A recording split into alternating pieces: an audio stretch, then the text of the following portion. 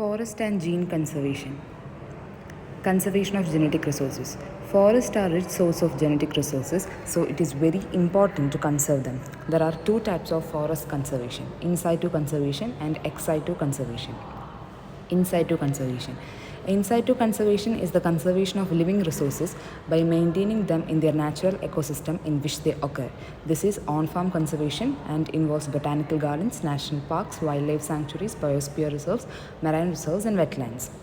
Botanical gardens. They are also called botanic garden, originally a collection of living plants designed chiefly to illustrate relationships within plant groups. National parks. A national park is an area set aside by a national government for the preservation of the natural environment. A national park may be set aside for public recreation and enjoyment or for its historical or scientific interest while keeping most landscapes and their accompanying plants and animals in their natural state. Wildlife sanctuaries. A wildlife sanctuary is an area where animal habitats and their surroundings are protected from any sort of disturbance. The capturing, killing, and poaching of animals is strictly prohibited in these regions. They aim at providing a comfortable living to the animals. Biosphere reserves. Biosphere reserves are learning places for sustainable development. They are sites for testing interdisciplinary approaches to understanding and managing changes and interactions between social and ecological systems, including conflict prevention and management of biodiversity. There are 18 biosphere reserves in India. Nilgiri is a bioreserve that belongs to parts of Kerala and Karnataka, and Manas of Assam is an example of bioreserve. Marine reserves. Marine reserve is a type of marine protected area, and NPA is a section of the ocean where a government has placed limits on human activity.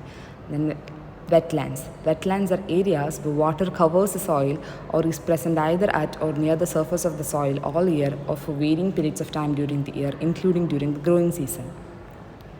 Ex situ conservation. It means the conservation of species outside their natural habitats. It involves the transfer of genetic material away from the location where it is found. It ensures easy accessibility of germplasm for evaluation and utilization. This includes seed banks, gene banks, cryopreservation, zoos, aquariums, etc. Seed bank, which stores seeds to preserve genetic diversity. Hence, it is a type of gene bank which requires low space and can be easily transported to other centers. Gene banks, they are a type of biorepository which preserves genetic material, a collection of seed plants, tissue cultures, etc. Genes and genomes are conserved in gene or genome or DNA libraries. This type of collection is called in vitro gene banks. Cryopreservation. Cryopreservation or cryoconservation is a process where biological material like cells, tissues, or organs are frozen to preserve the material for an extended period of time. At low temperatures, any cell metabolism which might cause damage to the biological material is effectively stopped. Zoos. A zoo is a facility in which animals are kept within enclosures for public exhibition and often bred for conservation purposes. Aquariums. Aquarium is a vivarium usually contained in a clear-sided container in which water-dwelling plants and animals are kept in captivity, often for public display, or it is an establishment featuring such displays. Thank you.